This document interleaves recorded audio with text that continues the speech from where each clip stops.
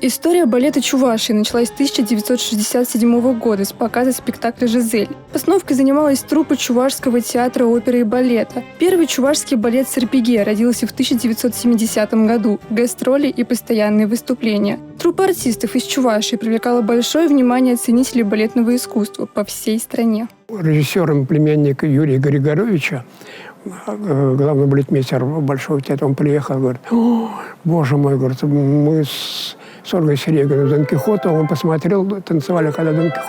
Это не хуже, говорит, чем у нас».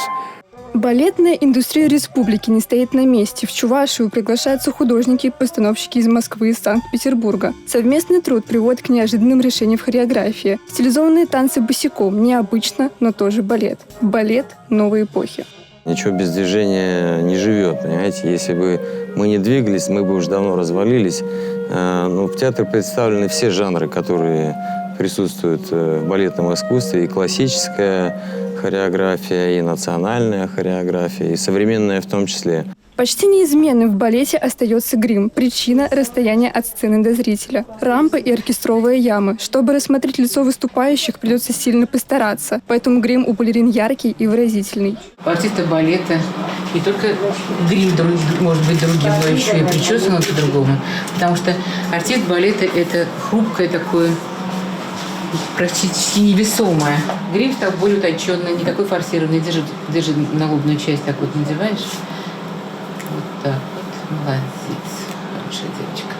Тебе очень к лицу. Видишь, какой? Такая девочка-солнышко. Все? Нет. После того, как закончится спектакль. Путь от девочки-солнышка до сольной балерины долгие и тяжелые, изнурительные тренировки и идеальный вес. Одни из главных трудностей, которые преодолевают юные танцовщицы. Мы с самого маленького возраста сначала мы делаем очень много упражнений у станка, и когда уже мышцы готовы, стопы окрепшие, мы уже потихонечку учимся надевать вот эту специальную обувь, в которых стопа только подготовленная может работать, потому что здесь особая такая нагрузка на стопы, и она должна выдерживать. В театре балерины продолжают работать от спектакля к спектаклю. Отдохнуть можно только перед самым началом. Грим, прическа, костюм, разогрев. И вот он, выход на сцену.